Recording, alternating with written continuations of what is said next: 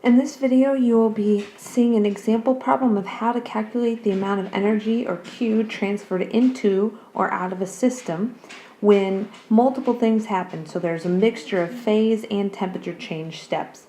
This graph that came from our Icy Hot lab is going to be the basis for all of your calculations. Anytime a temperature change happens, that's representing a diagonal part of the graph where the temperature is either going up or down. And in those portions of the graph, you're going to use Cm delta T to determine the amount of energy entering or leaving the system. One thing that you need to be careful about in the temperature change steps is the heat capacity C is different for every substance. I've mentioned that a few times, and it is also different for solids versus liquid versus gas. So you have to pay attention and think in the temperature range of your problem, is my substance a solid, is it a liquid, or is it a gas, and make sure that you're using the appropriate heat capacity. In the flat parts of the graph where the temperature remains constant, the thing that is changing is the phase. And we calculate the amount of energy that is used during a phase change by taking a phase change constant, either heat of fusion or heat of vaporization, and multiplying it by the mass. Again, you need to pay attention to what's actually happening. If the temperature is 0 degrees and the substance is either freezing or melting, you'll use heat of fusion. If the temperature is 0 degrees or the substance is either evaporating or condensing, you'll use HV. But this gives you a nice visual representation of how you're going to lay out the calculations. And I'm always going to start with sketching a heating curve for my specific problem to help me strategize the solution. So here's our problem. How much energy must be transferred into a 500-gram bag of ice that's currently at -5 degrees Celsius in order to melt the entire bag of ice? And it's got a couple of values, a couple of constants that might be useful to you. Normally those values will be at the top of the page, and you'll have to make the decision about what constants you need to solve your problem.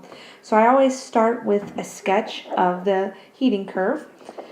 Looks like in this story, we're starting out at -5 degrees Celsius.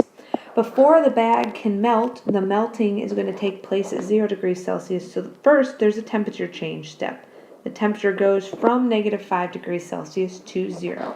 Once the temperature has reached 0, it will stop changing while the phase is instead changing. So our graph will look like this, and because there are two distinct sections to our graph, I'm going to do two calculations in the problem.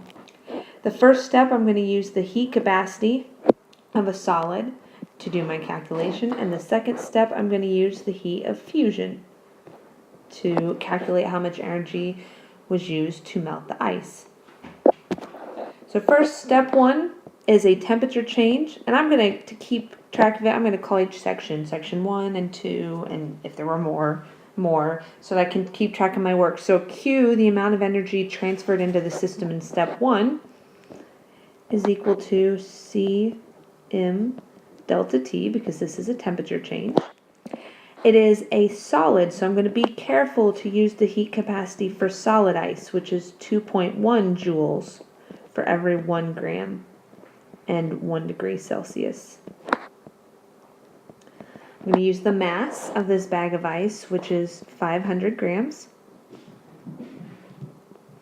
And the temperature change just for this section, that's very important, not for the whole problem. Here it's the same thing, but just for that section, it went from -5 to 0. So my temperature changed by 5 degrees. So Q1 can be found by multiplying 2.1 joules for 1 gram and 1 degree Celsius by 500 grams, because there's 500 times more mass, and by 5 degrees Celsius because the temperature increased 5 times more. And doing that calculation, I find that it took 5,250 joules for the first step of the problem. I'm not going to do any rounding until I get to the end, to my very final step. Step 2 of the process is actually melting the ice at a temperature of 0 degrees, so Q2 is for a phase change. I'm going to take the heat of fusion and multiply it by the actual mass that we have. So for Melting ice, it takes 334 joules to melt 1 gram of ice. But we have 500 times as many grams, so I'm going to multiply by 500. And Q2 is equal to 167,000 joules. Now I want to draw your attention to one thing while we have the opportunity. This is the same bag of ice that we're talking about here, but notice how much more energy it takes for a phase change. This is pretty typical. The phase change steps will always take much more energy than it takes to change the temperature. So that will be a pretty standard, and it'll kind of help you judge your answers. Now, we want to know how much energy the whole process takes, the temperature change and the phase change. So, as you might think, and as should be kind of reasonable, to get the total amount of energy, we're just going to add up the energy of all the steps. In this case, there's 2 steps. In some of your homework problems, there may be more steps, but the principle remains the same. To find the total amount of energy, you simply add 5,250 and 167,000. When I add those two together, I get 172,250 joules. Now, once I have added everything together, once I've done all the steps, this is where I'll round my answer. And looking in my problem, the given measurements, 500 grams and -5 degrees Celsius, both have one significant figure. So I'm going to round my answer to one significant figure, and it will be 200,000 joules, which is equal to 200 kilojoules. And just like with the single step problems, the last step is to label this as either the energy was being absorbed or the energy was being removed. If you're not sure, you can always draw a bar graph to help you figure that out.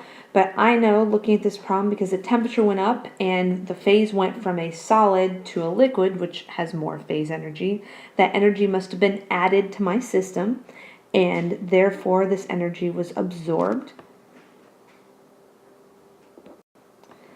And this, because the energy was absorbed, this was an endothermic process. That concludes my example problem on a multi-step problem. Again, always refer back to the chart that we looked at before doing this problem and plot out how many steps are going to be involved in your problem. Some things to be very careful about include making sure that if you pass through 0 or 100 degrees Celsius, that you remember that there is a phase change, and also that you always take into account that you're using the heat capacity for the correct material, or when we're doing a water problem, that you're using the heat capacity correctly for either a solid, a liquid, or a gas, depending on which phase is present at that temperature.